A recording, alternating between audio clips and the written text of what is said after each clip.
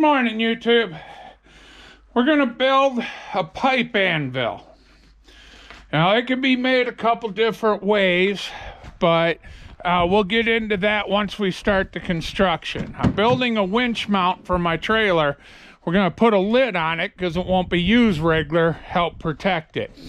I have this sheet metal. We bought that. Well, we got to have a way to bend it. A pan and break, you can get nice sharp corners like what's on my toolbox here.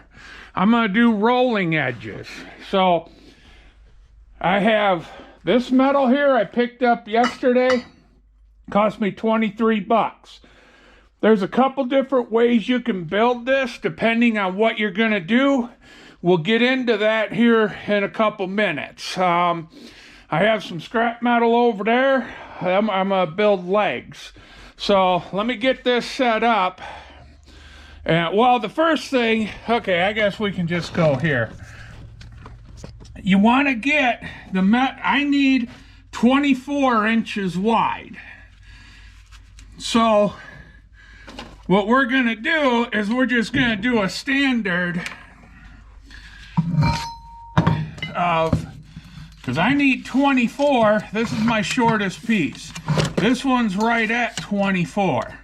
So we're going to cut the rest of these right at 24.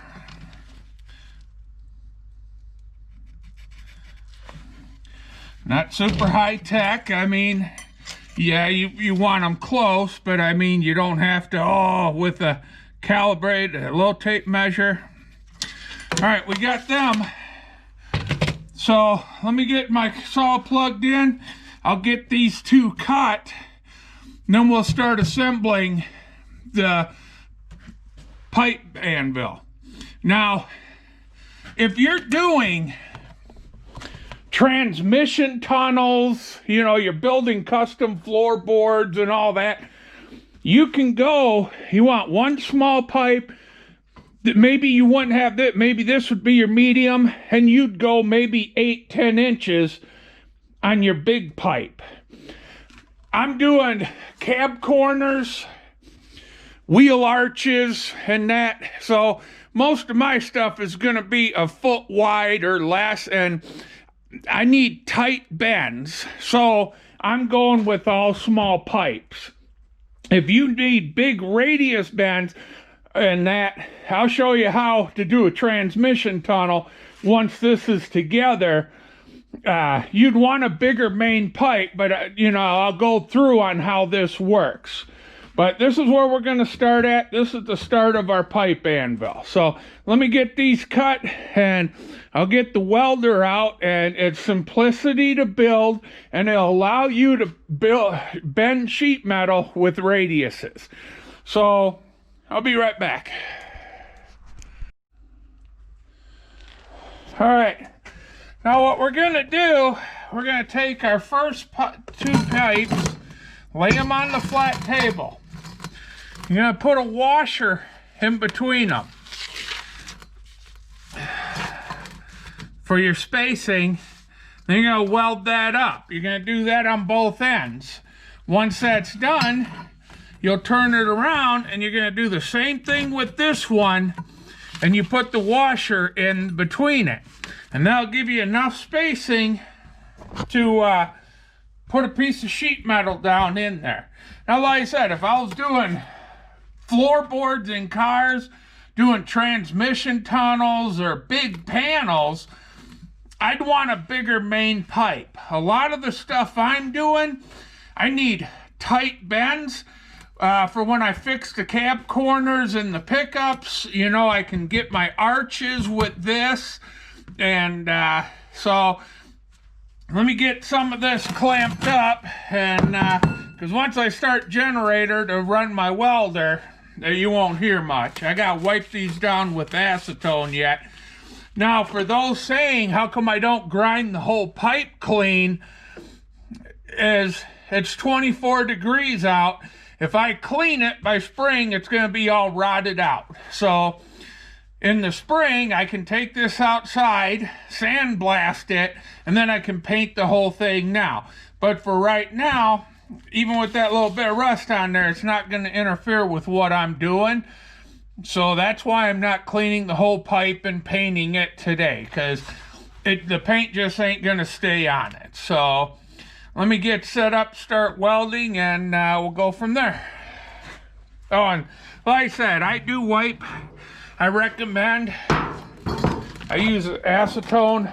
I wipe the metal down before I do my welding. I'm going to wipe my tabletop down because I've been cutting and everything else, so it's full of crap. So I'm going to wipe the table down, wipe the ends down, and then we'll start welding. So we'll be back in a bit.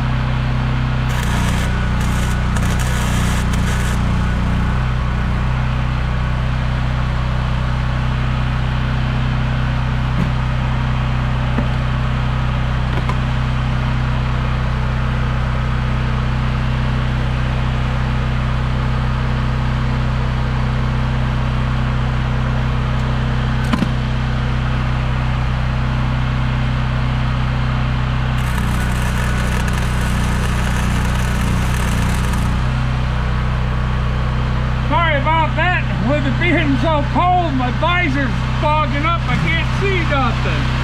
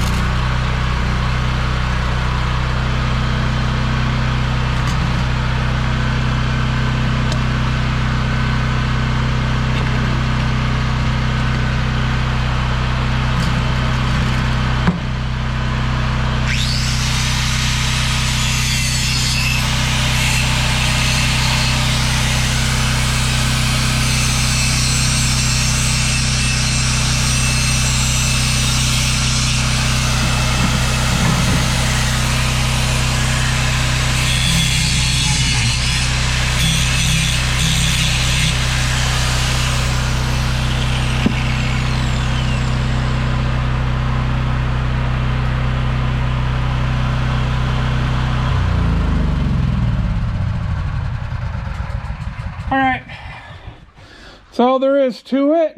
Now we'll get some metal out, and I don't have any pipe, and I buy from the remnants, and they were really slim pickings. So down the road, I'll see, I got some scrap maybe that I cut off of here. I'm going to show you how I notch tubing to, to put a piece this way. I'm going to show you how I notch tubing. But for right now, I'm just going to use angle iron for legs. I would have preferred having tube, but it is what it is. We're keeping the cost down on this. And like I said, if you're going to do bigger metal, you'll get a bigger main pipe. Maybe this will be your medium pipe, but I need the small one. And if you look, you can see the gap now.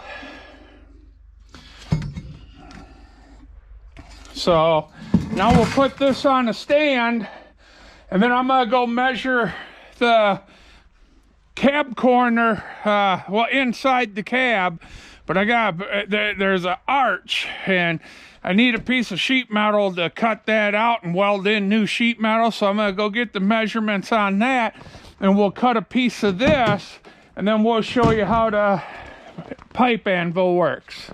All right, we'll see you in a minute. Okay, I didn't go super high tech. I just found the center, split the bar on the center, and then I just put a square on there like this. Now, I didn't use a level and all that and go super high tech. I just used a square. So I'm going to get the generator started. Now, we're only going to tack those. Then we'll get that pipe welded on here, and I did grind. I'm not going to touch it, but it is ground. I've already wiped it with acetone. It's pretty much ready for welding. So I'm going to get that fired up. I'm not going to show welding the whole thing, and I'll get a couple tacks on, and then I'll show how it's going to stand, and then I'll finish welding it, and I'll cut a piece of sheet metal. All right, we'll see you in a minute. All right, I cut a piece out really quick. Hands are getting a little cold, so kind of, but I got to weld a cross brace down there so my legs aren't so flimsy.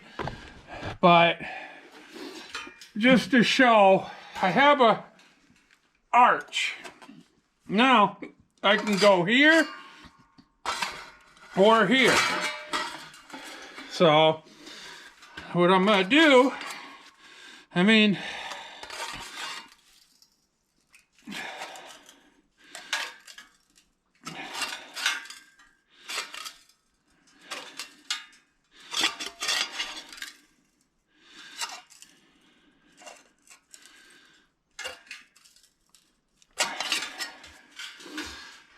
there we go.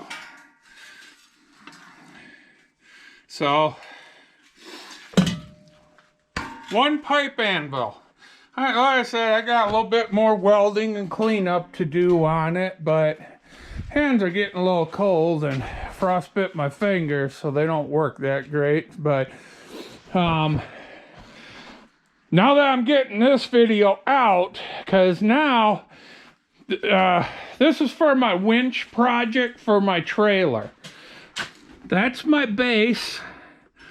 There's my facing plate, but we're gonna put a lid over it.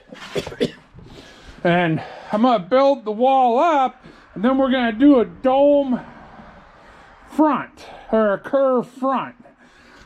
That's what I needed this for. So, all right, there we are, pipe anvil. You all have a good day. I'm going back in the house. I already worked today, and plus now I'm out here, so I've been outside all day so far. And I'm going in the house, so y'all have a good night. We'll get this up, and then I already got a couple episodes of the winch build to that point shot. The only thing holding me up is now that we decided to put a lid on it, so I needed the pipe anvil. So y'all have a good night. All right, on me, I screwed up. Not with what I did. Pretend this is flat. Now let's say you're building, this pipe was bigger, and you're building a transmission tunnel. What you do, because you want a small curve down here and a big one for the front. So here's your sheet flat. What you do is hold it at an angle and start bending it, turn it around, angle this way, and bending it using your small tubes. Now once you get up to the front of the transmission tunnel, you'd want a bigger pipe or a bigger hoop, and that's where I told you, if you're doing that kind of work, you may want a 6, 8, or 10 inch here, because then you could start, bending it at an angle, and that to start getting your front hoop. But, then you can hold, like if I needed this corner bent over now, I could come here, and I could start bending that, bend that, and I could get a horseshoe here, plus have this curve. I could get the horseshoe here if I did that. Plus I'd have this curve, but I could start rolling these corners over and that. So, you just hold different angles and you use your different size pipes depending on what you bend, how big of a, this is gonna sit in my pickup. I gotta cut it down, of course, but I cut it bigger because I gotta cut all the rust out, and I want to make sure I got enough. So I measured 2 inches over past the rust, and then I'll cut the rust out, blast it, and then I'll trim this to fit. So, all right, and that's all there is to using. I gotta finish welding this, and then in the spring I'll sandblast the whole thing, and I'll get it painted and try and find a spot to put it so I'll have it. But what's nice, it's not, you can move it. It's not, oh my, is it heavy? It's not. So you can put it up against the wall and pull it out when you need it. So, all right, have a good night.